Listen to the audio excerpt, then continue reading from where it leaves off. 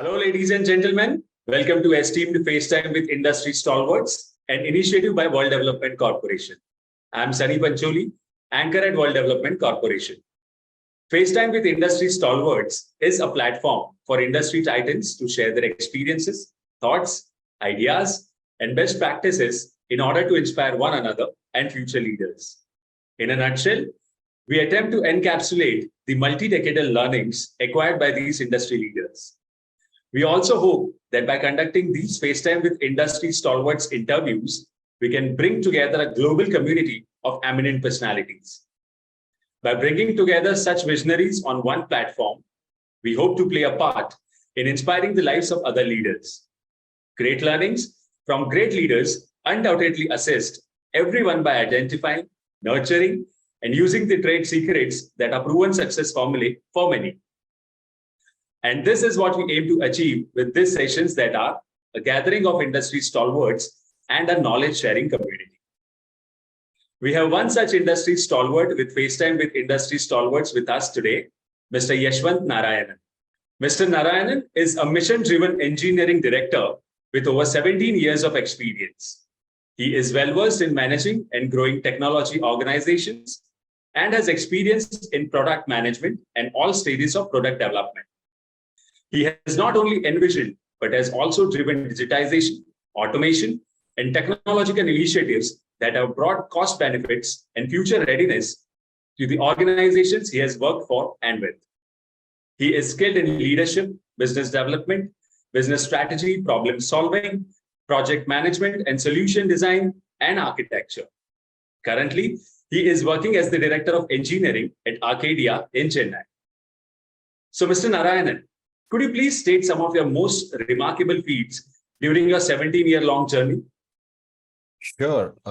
So I've always had an eye for spotting opportunities. So overall, in my whole journey of 17 plus years, I've always been able to see things where there was an opportunity where it could be done better, either through process change, either through technology or anything else, even through people.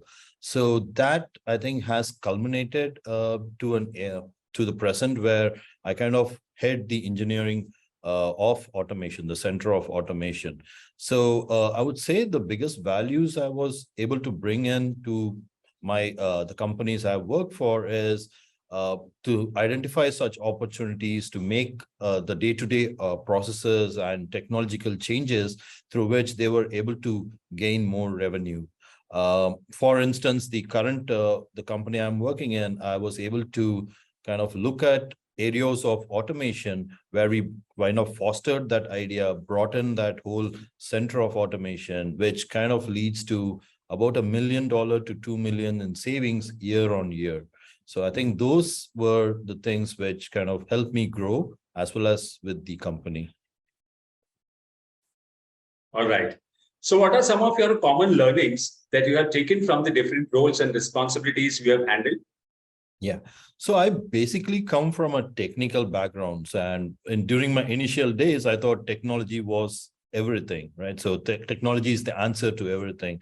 But I think as I matured, as I grew in the industry, I kind of came to know that the first thing you need to understand is your customers, right? And the core business that you are in.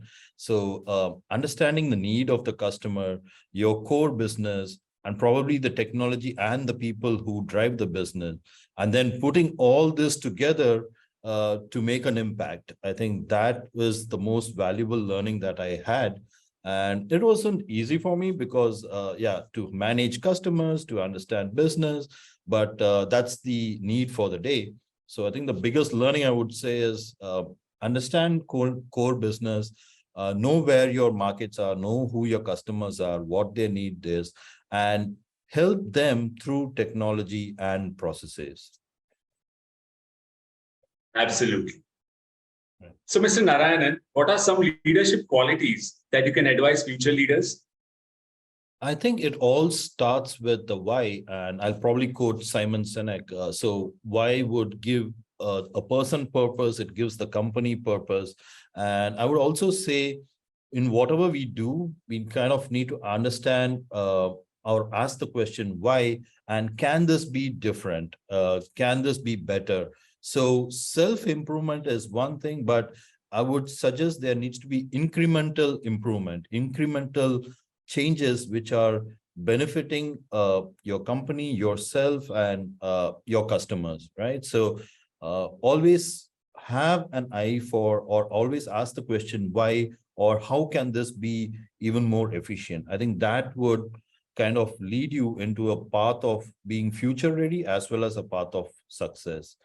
And adding to, we always tend to look at our team's health, our company's health, our customers' health, but self-health is also a need for all business leaders.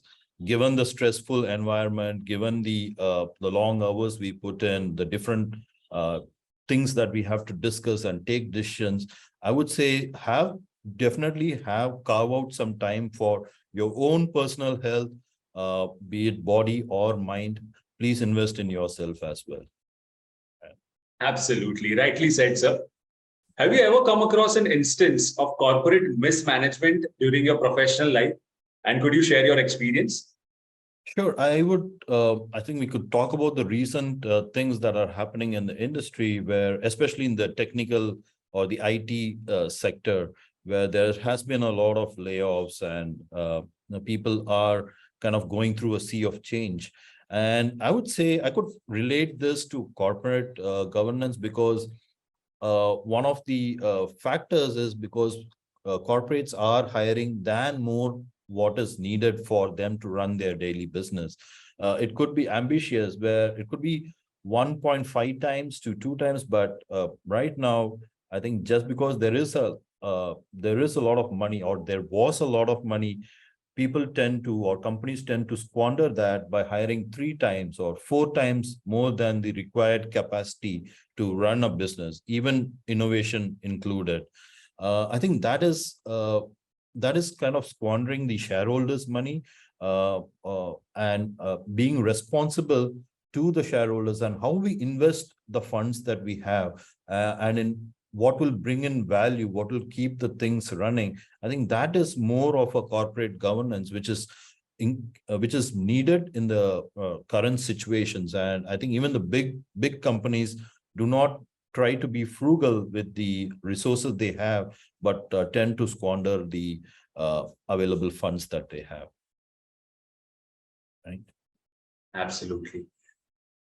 Mr. Yashwanth, since you work so closely with technology, what are the most significant technological changes you have seen, and what changes do you expect to see with the advent of Web 3.0, AI, ML, IoT, blockchain, big data, etc.? Sure. I think I come from a time where even cell phones were just getting introduced, and now we have an array of, or a bouquet of cell phones and modern technology. So yeah, it has been an interesting journey. I think the whole transformation in the last 20 years has been great. And with the advent of AI, ML taking leaps and bounds in the current sphere, I think there are a lot of opportunities, and I'm eyeing 2 spaces. One is healthcare, like using AML, we could run simulations and models to better predict chances of, let's say, cancer or any other possible diseases that a person can acquire. And also, I think now we have non-intrusive technologies for curing many disabilities. So all this technical advancement has led to that. And the other major part, so I work for Arcadia, which is on a mission to decarbonize the world, like being environmental, social, and responsible for our own environment. So given the whole climate change, I think it's proven that there is climate change, and we all need to participate in kind of curbing climate change and helping with climate change. So how technology helps us as a company is we are able to get a lot of data right now, and like big data and ability to infer from so much of available data has really helped us. For example, we could actually say like if you have put up a house, or if you have put up a company, or you have a fleet of trucks, let's say, we could actually get data from each of these resources and say what is the carbon footprint that is being generated by the company. And that helps companies to kind of also reduce the carbon footprint, right? So yeah, all this, and we could obviously use AI ML to say what would be the best possible way to, or would be the optimized way of using your resources, which kind of gives a very minimal impact to the environment. So yeah, technology has grown leaps and bounds, but it also given us the opportunity to leverage it in a way which could be beneficial for us, for our community, as well as globally right now. Mr. Narayanan, as you are now a corporate governance expert, what values do you offer to the corporate industry? Sure.